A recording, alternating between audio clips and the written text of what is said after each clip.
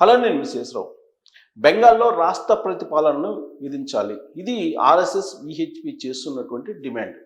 దేశవ్యాప్తంగా ఆ రెండు సంస్థలు నిరసనలు వ్యక్తం చేశాయి. బెంగాల్లో హిందువుల మీద జరుగుతున్నటువంటి దాడులకు నిరసనగా వాళ్ళు ఆందోళన కార్యక్రమాలను చేపట్టారు.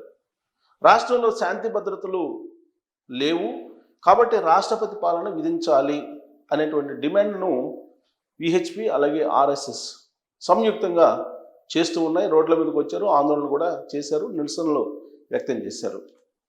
అసలు పశ్చిమ బెంగాల్లో ఈ హిందువుల మీద దాడులు, దాని వెనక ఏం జరిగింది అనే దాని మీద మనం ఒక్కసారి అబ్జర్వ్ చేస్తే వక్ఫ్ బిల్లు కేంద్ర ప్రభుత్వం ఆమోదించింది. అటు రాజ్యసభలో ఇటు లోక్సభలో కూడా వక్ఫ్ బిల్లు ఆమోదం పొందింది. దాని ఇంప్లిమెంటేషన్లో ఇప్పుడు సుప్రీంకోర్టు కొన్ని ఆంక్షలు కూడా పెట్టింది ఇంప్లిమెంటేషన్లో. ఆ సందర్భంగా న్యాయ వ్యవస్థ పరిధిని, ఆ తర్వాత న్యాయ వ్యవస్థలో ఉండేటువంటి లోపాలను కూడా ఇప్పుడు ఉపరాష్ట్రపతి ధన్ఖడ్ గారు ప్రస్తావిస్తూ ఉన్నారు. ఇంకొక వైపు పశ్చిమ బెంగాల్లో వక్ఫ్ బిల్లుకు సంబంధించినటువంటి అంశంలో రాష్ట్ర ప్రభుత్వం యొక్క ప్రమేయం లేదు. కేంద్ర ప్రభుత్వం తీసుకొచ్చినటువంటి తలనొప్పి, ఆ కారణంగా రాష్ట్రంలో శాంతి భద్రతలు భంగం కలుగుతూ ఉన్నాయి అనేది ఆ రాష్ట్ర ముఖ్యమంత్రి మమతా బెనర్జీ గారు చెప్తున్నటువంటి మాట. కాబట్టి కేంద్రమే అక్కడ అల్లర్లను అదుపులో ఉంచాలి. అల్లర్లు లేకుండా చేయాలంటే కేంద్రమే వక్ఫ్ బిల్లుని వెనక్కి తీసుకోవాలి అనేటువంటి డిమాండ్ ఇప్పుడు మమతా బెనర్జీ గారు చేస్తూ ఉన్నారు. పశ్చిమ బెంగాల్లో రోహింగ్యాలు ఎక్కువగా ఉన్నారు, బంగ్లాదేశ్ నుంచి వలస వచ్చినటువంటి వాళ్ళు ఉన్నారు, ముస్లిం మైనారిటీలు ఎక్కువ ఉన్నారు. వీళ్ళు హిందువుల మీద తిరగబడుతూ ఉన్నారు అనేటువంటి ఒక స్లోగన్ను, దానికి సంబంధించిన వీడియోలు ఇప్పుడు వైరల్ అవుతున్నాయి సోషల్ మీడియాలో. మరి అక్కడ పరిస్థితిని చక్కదిద్దాల్సింది కేంద్ర ప్రభుత్వం, కేంద్ర హోంశాఖ సమీక్షించాలి. కానీ సీరియస్గా సమీక్షించినటువంటి దాఖలాలు కానీ, లేదా పశ్చిమ బెంగాల్లో ఉండేటువంటి పరిస్థితి మీద తుది నిర్ణయం తీసుకోవడానికి కానీ, లేదా చర్యలు తీసుకోవడానికి కానీ ఇప్పటి వరకు కేంద్ర ప్రభుత్వం కానీ, కేంద్ర హోంశాఖ కానీ ఉపక్రమించలేదు. కానీ ఇటీవల కాలంలో ఉత్తరప్రదేశ్ ముఖ్యమంత్రి యోగి ఆదిత్యనాథ్ గారు స్పందించారు. అక్కడ శాంతి భద్రతలు అదుపు తప్పాయి, కంట్రోల్లో ఉంచాలి అనేటువంటి అభిప్రాయాన్ని ఆయన వ్యక్తం చేశారు. కంటిన్యూషన్లో ఆర్ఎస్ఎస్ అలాగే విహెచ్పి రెండు తెర మీదకి వచ్చేసి ఇప్పుడు మొత్తం దేశవ్యాప్తంగా పశ్చిమ బెంగాల్ ఇష్యూని తీసుకెళ్ళాయి, నిరసనలు వ్యక్తం చేశాయి. మణిపూరు అల్లర్లకు సంబంధించి ఎవరు కూడా స్పందించలేదు. ఆర్ఎస్ఎస్ కానీ విహెచ్పి కానీ మణిపూర్ అల్లర్ల గురించి ఎక్కడా కూడా ప్రస్తావన చేయలేదు. కానీ ఇప్పుడు పశ్చిమ బెంగాల్కి సంబంధించినటువంటి అంశాన్ని మాత్రం ప్రస్తావిస్తూ ఉన్నాయి. మరి దీనికి కారణం ఏంటి, అసలు దీని వెనుక ఏం జరుగుతుంది అనే దాని మీద మనం కొంచెం డెప్త్కి వెళ్ళి రాజకీయ పరిణామాలను కనుక అవలోకనం చేసుకుంటే, ఇటీవల కాలంలో నరేంద్ర మోడీ గారు నాగపూర్ ఆర్ఎస్ఎస్ ప్రధాన కార్యాలయానికి వెళ్ళారు. ఆ రోజు నుంచే బీజేపీలో అంతర్గతంగా ముసలం బయలుదేరింది. ఈ విషయాన్ని నేను స్వయంగా చెప్పడం కాదు, బీజేపీలో ఉండేటువంటి వాళ్ళే అంతర్గతంగా చర్చించుకుంటున్నటువంటి ప్రధానమైనటువంటి అంశం. నరేంద్ర మోడీ గారికి 75+ వస్తాయి. ఆయన సెప్టెంబర్లో పదవి నుంచి వైదొలిగే అవకాశం ఉంది అనేటువంటిది ఒక న్యూస్. దాన్ని ఖండించారు ఫడ్నవీస్, మహారాష్ట్ర ముఖ్యమంత్రి ఫడ్నవీస్ ఖండించారు. కానీ శివసేన థాకరే పార్టీ మాత్రం, సంజయ్ రౌత్ ఆయన మాత్రం చాలా క్లియర్గా నరేంద్ర మోడీ గారు దిగిపోతారు, మహారాష్ట్ర నుంచే ప్రధానమంత్రి అభ్యర్థి వస్తారు అనేటువంటి ఒక ప్రచారాన్ని ఆయన బలంగా తీసుకొచ్చారు.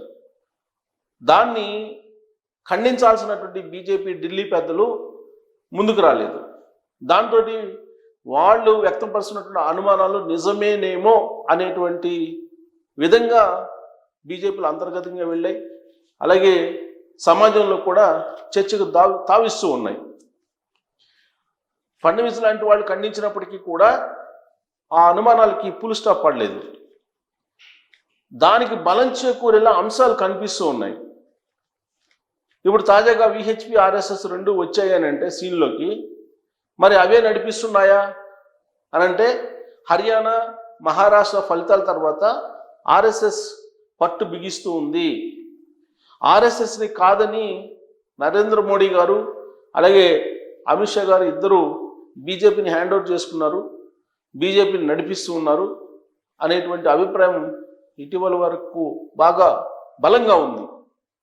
కానీ ఇప్పుడు ఆర్ఎస్ఎస్ గ్రిప్లోకి తీసుకుంది మొత్తం వ్యవహారాన్ని, బీజేపీకి సంబంధించినటువంటి మొత్తం రాజకీయ వ్యవహారాలను కూడా ఆర్ఎస్ఎస్ గ్రిప్లోకి తీసుకుంది అనేటువంటి ఒక అభిప్రాయం ఇప్పుడు తాజాగా వ్యక్తమవుతుంది.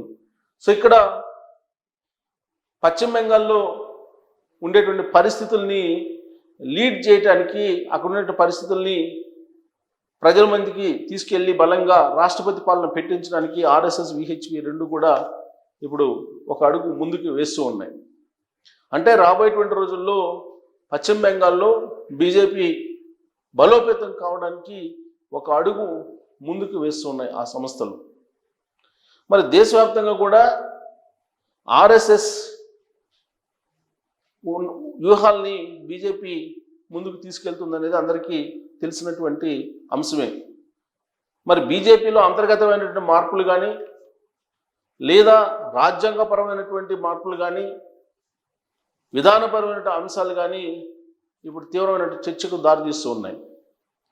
బీజేపీ జాతీయ అధ్యక్షుడిని మార్చబోతూ ఉన్నారు. ఆయన స్థానంలో ఎవరిని నియమించాలి అనే దాని మీద చర్చిస్తూ ఉన్నారు. దక్షిణ భారతదేశానికి సంబంధించిన లీడరు దీని మీద ఎక్కువగా ఫోకస్ చేస్తూ ఉంది ఆర్ఎస్ఎస్. అలాగే గవర్నర్లు 5 గవర్నర్లను కొత్త వాళ్ళని నియమించే అవకాశం ఉంది, కొంతమంది గవర్నర్లను మార్చే అవకాశం ఉందనేది కూడా వినిపిస్తూ ఉంది. మరోవైపు విధానపరమైన నిర్ణయాలు అనేకం ఉన్నాయి. ఆర్ఎస్ఎస్ అమ్ముల పొదిలో అనేకమైనటువంటి విధానపరమైనటువంటి అంశాలు దాగి ఉన్నాయి. వాటన్నిటిని ఇంప్లిమెంట్ చేయాల్సినటువంటి బాధ్యత బీజేపీ మీద ఉంది. ఆ మేరకు ఒత్తిడి తీసుకొస్తూ ఉంటారు బీజేపీ మీద ఎప్పటికప్పుడు. నరేంద్ర మోడీ గారు ఇప్పటివరకు సంచలనమైన నిర్ణయాలు అనేకం తీసుకున్నారు. సో రాబోయేటువంటి రోజుల్లో పిఓకి లాంటిది కానీ లేదా రాజ్యాంగంలో ఉండేటువంటి 30A అంటే మతపరమైనటువంటి అంశాల విషయంలో కానీ లేదా రిజర్వేషన్లు సమీక్ష అనే దాని మీద కానీ ఇట్లా సంచలనమైనటువంటి కొన్ని నిర్ణయాలు తీసుకోవాల్సి ఉంది అని కూడా తెలుస్తూ ఉంది.